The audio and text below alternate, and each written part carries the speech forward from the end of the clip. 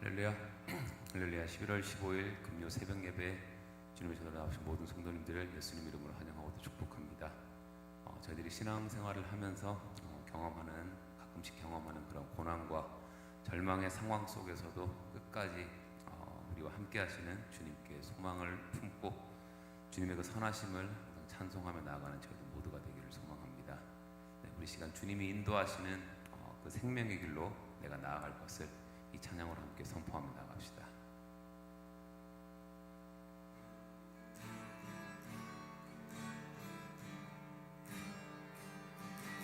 주가 보이신 생명의 길, 나 주님과 함께 상한 마음을 들이며 주님 앞에 나가리. 나의 의로움이 되신 주 그 이름 예수, 나의 길이 되신 이름 예수. 나의 길 오직 그가 하시나니, 나를 단련하신 후에 내가 정금같이 나오리라.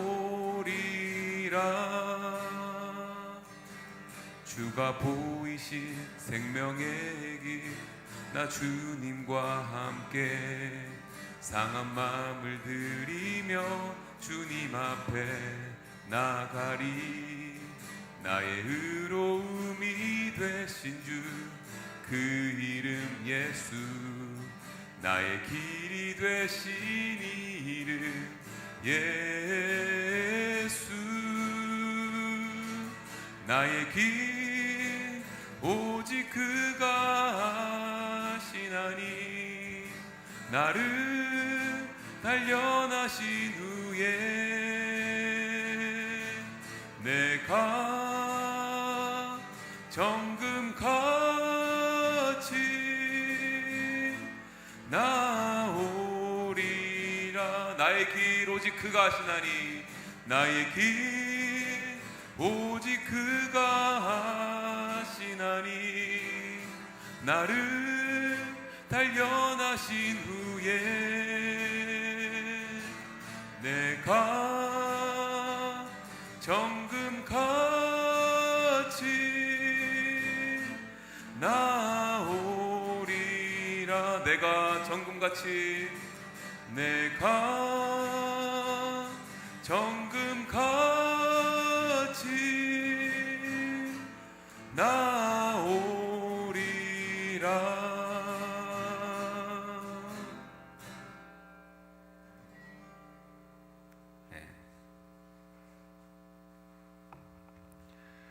감사하신 아버지 하나님, 오늘도 사랑하는 성도들이 주님 앞에 나와 기도하며 예배하며 주님 앞에 말씀으로 책망받고 교훈받기를 원합니다. 오늘 하루 살아가는 동안에도 주님의 말씀에 의지하여 살아가기를 원하옵고, 오직 주만이 나의 의로움이라는 것을 고백하며 살아가는 저희 신앙 여정이 되기를 간절히 소원합니다. 간구하옵기는 이번 주에는 추수감사주일을 맞이하여 한 해를 돌아보며 감사제를 하나님 앞에 올려드리기를 원합니다. 언제나 우리를 눈동자처럼 지켜주시고 인도하시는 하나님이심을 고백하기를 원합니다. 주는 나의 산성이요 구원이요 바위시요 피난처요 우리가 피할 요새이심을 다시 한번 고백하며 우리 삶 속에 하나님께서 우리를 어떻게 인도하셨는지를 다시 한번 성찰하는 저희들 되기를 간절히 소원합니다. 특별히 간구하옵기는 공동의회가 있습니다. 일꾼 선출을 앞두고 기도 중에 있사오니, 누가 선택되어지든지 하나님의 경륜에 따라 하나님의 사람이 선정되게 하여 주옵소서. 그리하여 주의 몸된 교회를 바르게 세워갈 수 있도록 동역자의 삶을 살아낼 수 있는 귀한 은혜가 있게 하여 주옵소서. 오늘도 주님의 말씀을 들고 나온 전도사님에게 입술에 파수꾼 세워주시고 성령의 두루마기로 입혀주심으로 말미암아 전하는 말씀이 살아있는 주님의 말씀이 되기를 원하옵고, 듣는 귀가 복되어 그 말씀이 우리의 신비에 잘 박힌 못처럼 새겨지게 하여 주옵소서. 다시 한번 감사와 존귀와 찬송 올려드리옵고 예수님의 이름으로 기도하옵나이다. 아멘.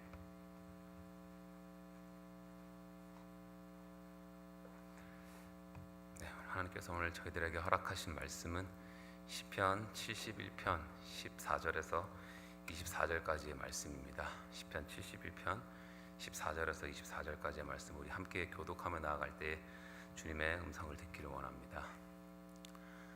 나는 항상 소망을 품고 주를 더욱더욱 찬송하리이다.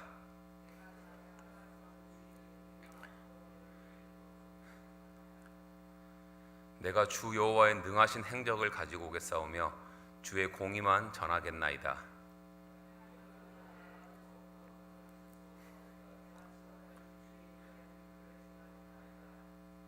하나님이여, 내가 늙어 백발이 될 때에도 나를 버리지 마시며 내가 주의 힘을 후대에 전하고 주의 능력을 장래의 모든 사람에게 전하기까지 나를 버리지 마소서.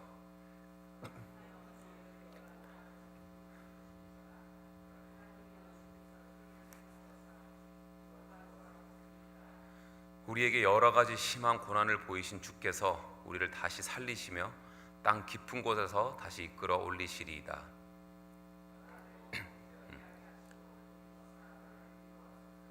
나의 하나님이여, 내가 또 비파로 주를 찬양하며 주의 성실을 찬양하리이다.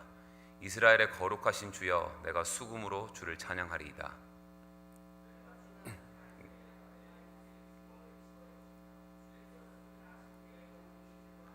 다 같이 읽겠습니다. 나의 혀도 종일토록 주의 의를 작은 소리로 읊조리오리니 나를 모해하려 하던 자들이 수치와 무한을 당함이니이다. 아멘. 저는 오늘 본문을 다윗이 썼다라고 가정을 하고 묵상을 했는데, 지금까지 다윗의 그 시를 보면 그 안에서 하나님을 찬양하는 노래들이 아주 많이 등장을 하죠. 오늘 본문도 마찬가지고요. 그 안에서 다윗이 좀 더 정말 특별히 대단하다고 느껴졌던 게 뭐냐면, 그는 자기가 기쁠 때뿐만이 아니라 슬프고 어렵고 힘들고 한탄스러울 때도 결국에 그의 시편의 마지막에서는 하나님을 찬양하고 또 찬송하는 그런 고백으로 그의 시편이 마무리되는 것을 볼 수가 있습니다. 어떻게 다윗은 그렇게 원수들한테 하나님을 잘 믿으면서도 원수들한테 조롱을 당하고 목숨의 위협을 받고 자기 자식한테도 그렇게 죽임을 당할까 봐 쫓겨다니는 그런 비참한 상황 속에서도 그가 하나님을 찬송할 수 있었을까라는 그런 질문을 해보면서 저는 오늘 이 본문을 통해서 저희들이 다윗이 어떤 상황 속에서 하나님을 찬송할 수 있었던 그 이유를 우리가 알고, 또 이 세상을 하나님의 자녀로서 살아가는 저희들도 다윗과 같은 그런 믿음을 소유하기를 간절히 소망하는 마음으로 오늘 말씀 함께 살펴보기 원합니다. 오늘 본문 첫 구절을 보면 나는 항상 소망을 품고 주를 더욱더욱 찬송하리이다 라고 고백함으로써 이제 오늘 본문이 시작을 하고 있는데, 저는 여기서 이 항상이라는 단어가 묵상을 하면서 제 마음에 딱 꽂히더라고요. 항상. 이 항상이 영어로 뭐죠? always, always. 이게 한 단어이지만 저희가 두 파트로 딱 분리를 해보면 always, 즉 모든 길들을 말합니다. 그래서 우리가 지금 가난의 길에 있든 부유의 길에 있든 건강한 길에 있든 병든 길에 있든 기쁜 길에 있든 슬픈 길에 있든 그런 거에 상관없이 나는 항상 소망을 품고 주님만을 더더욱더 찬송할 것이다 라고 지금 이 시편의 기자가 고백을 하고 있는 것이죠. 그럼 이 시편의 기자처럼 왜 우리는 우리 삶의 이 모든 길에서 항상 소망을 품어야만 될까요? 그 이유는 바로 우리는 원래 항상 소망이 없는 존재이기 때문입니다. 그래서 우리가 항상 소망을 품어야 된다는 거예요.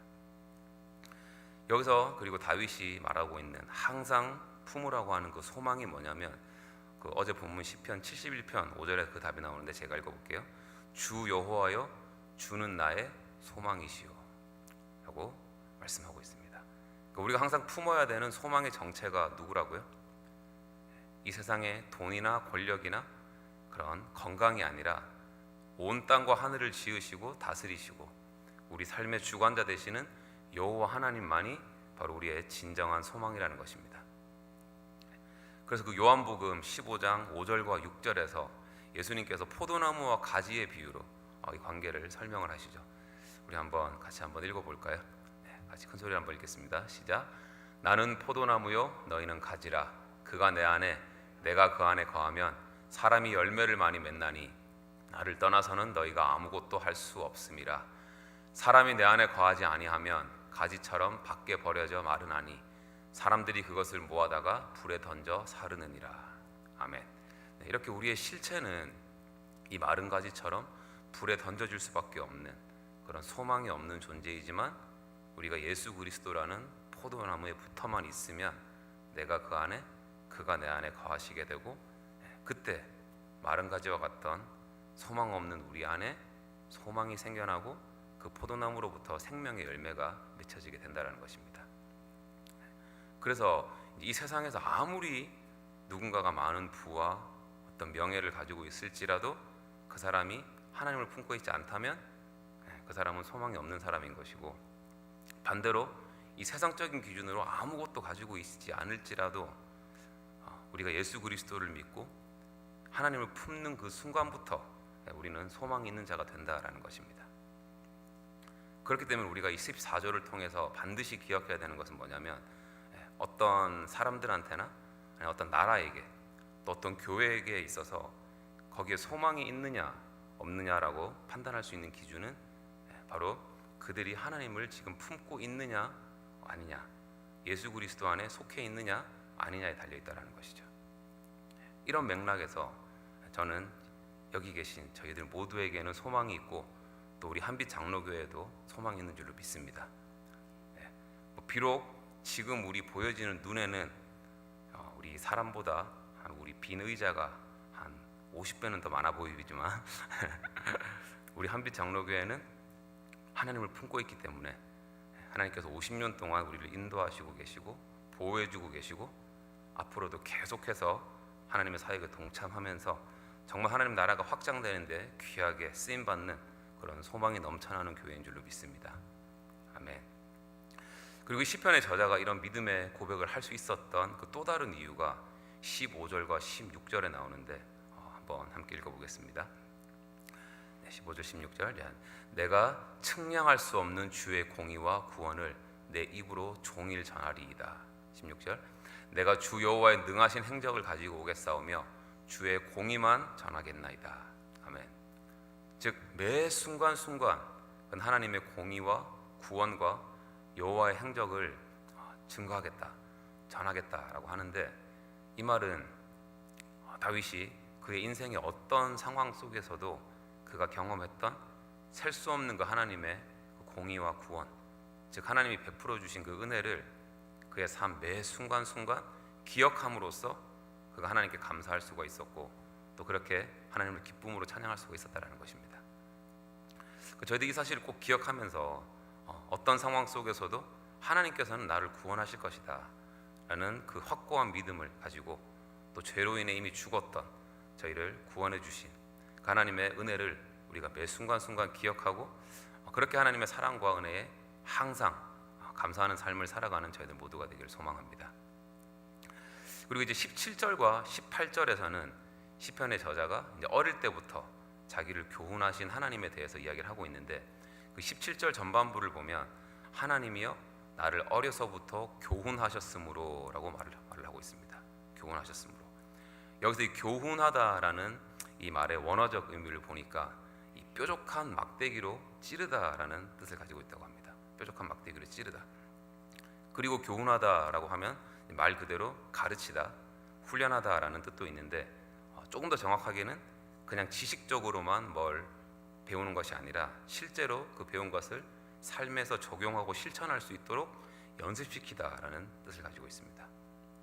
그래서 다윗이 하나님이 나를 어려서부터 교훈하셨다라고 하는 것은 그냥 그가 하나님을 지식적으로만 알았던 것이 아니라 매 순간순간 그의 삶에서 하나님께서 함께 하셨고 경험했고 실제 삶에서 그의 삶을 하나님께서 직접 훈련시켜 주셨다라고 지금 고백을 하고 있는 것이에요. 그래서 17절 후반부랑 18절에서는 이렇게 말하죠.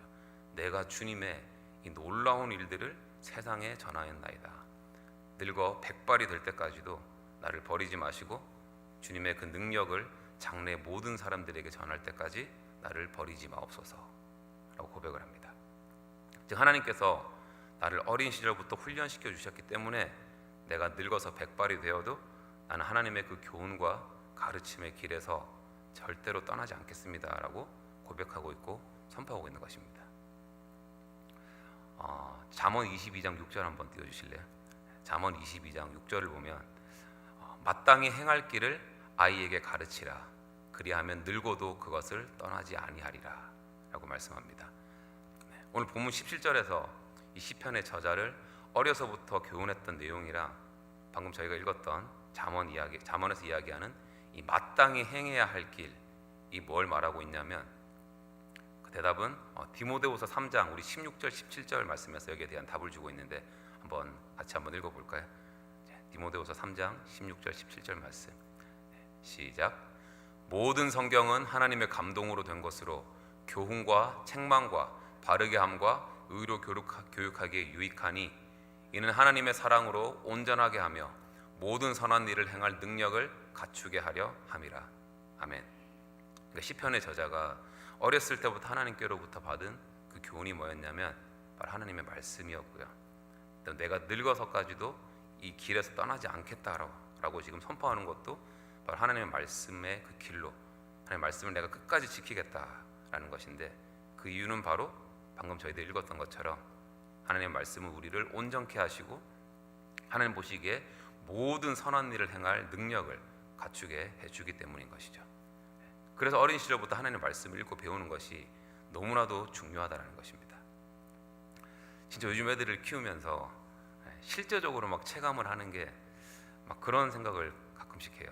만약에 우리 아이들한테 하나님의 말씀이 어릴 때부터 마음속에 심겨지지 않았었더라면 진짜 얼마나 얘네들이 하나님 보시기에 그런 악한 길로 나아가고 있을까라는 그런 상상이 막 되더라고요.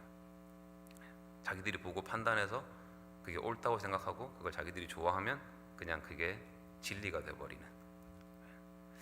그래서 이 시편의 저자는 어릴 때부터 하나님의 말씀을 품고 그 말씀대로 살아가는 것이 너무나도 중요하다라고 말을 하고 있는데 그 이유는 그렇게 할 때 우리는 늙어서도 이 길을 떠나지 않을 수가 있기 때문입니다. 근데 말씀대로 살아가는 것이 뭐 중요하다라는 것은 하나님을 믿는 사람들이라면 누구나 다 알죠. 근데 아시다시피 이 세상에서 우리가 삶을 살아가면서 하나님의 말씀대로만 살아가는 것이 절대로 쉽진 않잖아요. 그래서 지금 다윗도 이것을 교훈하다라고 표현하고 있는 거예요. 아까도 말씀드렸지만 교훈하다의 그 원어적 의미가 뭐라 그랬죠? 뾰족한 막대기를 찌르다는 뜻을 가지고 있잖아요. 그러니까 이건 뭘 말하냐면 우리가 이 세상에서 하나님의 말씀대로 말씀을 지키고 순종하며 살아가기 위해서는 우리 삶에 어쩔 때는 그런 뾰족한 막대기로 우리를 찌르는 그런 아픔과 고통과 힘듦이 있을 수도 있다는 것이죠. 그럼에도 불구하고 우리가 이 교훈을 두려워하는 것이 아니라 끝까지 견뎌내고 훈련해야 되는 그 이유는 바로 우리가 그렇게 할 때만이 이 세상에서 끝까지 우리가 하나님 말씀에서 떠나지 않을 수가 있고 계속해서 주님이 인도하시는 그 길로 항상 나아갈 수가 있기 때문인 것입니다. 그래서 그렇게 끝까지 우리가 말씀으로 승리하는 삶을 살아가는 저희들 모두가 되기를 소망합니다.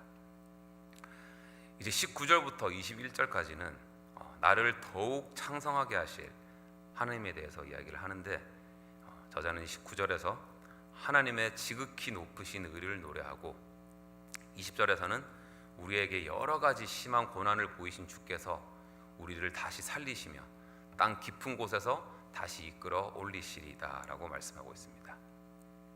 이건 뭘 말하고 있는 거냐면 지금 이 시인이 엄청나게 큰 고난 중에 있고 자기 힘으로는 도저히 감당할 수 없는 그런 어려운 상황에 있다라는 것을 표현하고 있는 거예요. 근데 그런 상황에서도 20절에서 고백하고 있는 것이 하나님은 나를 살리시며 땅 깊은 곳에서도 나를 다시 이끌어 올리실 것이다 라는 이 믿음의 고백을 하고 있는데 여기서 말하는 땅 깊은 곳이 뭘 말하냐면 바로 죽음을 말하는 거거든요. 그러니까 다윗한테는 이 상황 때문에 내가 실제로 땅 깊은 곳에서 죽을지라도 하나님은 죽은 나를 다시 살리실 수 있다라는 그런 부활의 믿음을 가지고 있다는 것입니다. 그리고 실제로 땅 깊은 곳, 죽음에서 바로 살아나신 분이 바로 누구십니까? 우리의 구주 예수 그리스도. 예수님께서 우리를 죽음에서 구원하시고 우리에게 영원한 생명을 주시기 위해서 다시 죽음에서 살아나신 것처럼 이 시편의 저자도 어떤 상황 가운데서도 심지어 그것이 죽음일지라도 하나님께서 나를 살리실 수 있다라는 그런 확고한 믿음이 있었기 때문에 그의 삶에서 매 순간순간 하나님을 이렇게 찬송할 수가 있었다라는 것이죠. 이번에 태국 미션 출입을 마치고 다 끝나고 이제 올 때 대만 공항에서 이제 LA 비행기를 타고 올 때였습니다. 제 옆에 조금선 집사님께서 앉으셨는데 대화를 같이 하는 와중에 그 집사님의 어떤 믿음의 어떤 말 때문에 제가 도전을 좀 많이 받았었는데 어떤 상황이었냐면 비행기를 타고 오면서 한 12시간 정도 됐던 것 같습니다. 10시간 비행기를 타고 마지막 2시간 정도 남았을 때였어요. LA 도착하기 남았는데 이제 캡틴이 얘기를 하는 거예요. 지금 대기가 좀 불안해서 대략 한 30분에서 40분 정도 비행기가 많이 흔들릴 수가 있다. 그러니까 꼭 이제 안전벨트를 매라라는 그런 이제 멘트가 나오면서 비행기가 조금씩 흔들릴 때가 있었거든요. 그때 제가 좀 장난기가 발동을 해서 이 조금선 집사님을 조금 놀래키려고 저 같은 경우에는 출장을 한 10년 넘게 거의 코로나 전까지는 2달에 한 번씩은 항상 이렇게 비행기를 많이 탔었거든요. 그래서 이제 그 경험상 그 비행기가 흔들릴 때가 있었는데 비행기를 많이 안 타보신 분들이 흔들릴 때마다 엄청 긴장을 하시고 두려워하시는 걸 봤거든요. 그래서 조근선 집사님이 우리 비행기 탈 때부터 자기는 비행기를 많이 안 타봤다라고 해서 이제 조금 놀래켜 주려고 흔들릴 때마다 제가 집사님 큰일 났다고 이거 이렇게 흔들리는데 어떡합니까? 이거 위험할 수 있는데 어떡하죠? 라고 제가 이렇게 살짝 이렇게 발언을 했는데 저는 이제 막 집사님이 옆에서 막 걱정하고 두려워하는 그런 걸 예상했었는데 완전 제 예상과는 다르게 너무 이 평온한 얼굴로 정말 요만큼의 걱정과 두려움도 없이 하나님이 보내시면 가는 거죠. 라고 하면서 근데 자기는 더 확신하는 게 이번 선교 여행을 통해서 하나님께서 우리한테 맡겨주신 일들이 이렇게 많은데 지금은 절대로 안 보내실 거니까 걱정하지 말라고 그래서 저한테 그런 막 좀 믿음의 말씀을 하셨는데 오늘 말씀을 준비하면서 참 그 말이 그 고백이 이 다윗의 고백 같기도 하고 참 많은 도전이 되더라고요. 그래서 정말 죽음이나 그 사망이나 핍박이나 공고가 그 어떤 것이라도 나를 하나님의 그 사랑에서 끊을 자가 없다라고 고백한 그 사도 바울의 그 믿음의 고백이 바로 우리의 고백이 되기를 원합니다. 그리고 이 믿음으로 우리가 어떤 상황 가운데서도 두려움과 걱정 없이 기쁨으로 그렇게 하나님을 찬양하며 찬송하는 삶을 살아가는 저희들 모두가 되기를 소망합니다. 이제 21절에서는 시인이 그런 고난 가운데 있지만 자기를 다시 살리시고 이끌어 주실 뿐만이 아니라 자기를 더욱 창대하게 하시는 분도 하나님이시다라고 선포하고 있는 것을 볼 수가 있습니다. 성경에서는요, 우리 하나님을 어떻게 이야기하고 있냐면 우리 예레미야 29장 11절 말씀 같이 한번 읽어볼까요? 마지막에 있습니다. 자, 예레미야 29장 11절 말씀 큰 소리로 한번 같이 읽겠습니다. 시작. 여호와의 말씀이니라 너희를 향한 나의 생각을 내가 아나니 평안이요 재앙이 아니니라 너희에게 미래와 희망을 주는 것이니라. 아멘.